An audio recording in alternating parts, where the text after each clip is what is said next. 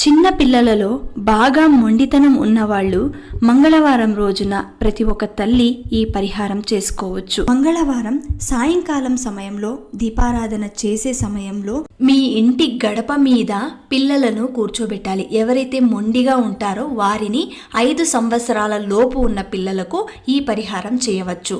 అలా కూర్చోబెట్టి ఒక ప్లేట్లో కొద్దిగా పసుపు, కొద్దిగా సున్నం, తర్వాత కొద్దిగా నీళ్లు వేసి బాగా కలపండి. ఇలా కలిపిన నీళ్లల్లో ఒక తమలపాకు, దాని మీద పిడికెడు రాళ్ల ఉప్పు వేసి దాని మీద కర్పూరం ఉంచి వెలిగించిన తర్వాత మీ పాపకు కానీ బాబుకు కానీ 3 సార్లు clock wise anti clock wise దృష్టి తీసిన తర్వాత ఆ నీళ్లను తీసుకెళ్లి ఎక్కడైనా 3 దారులు కలిసే చోట పారబోయవచ్చు.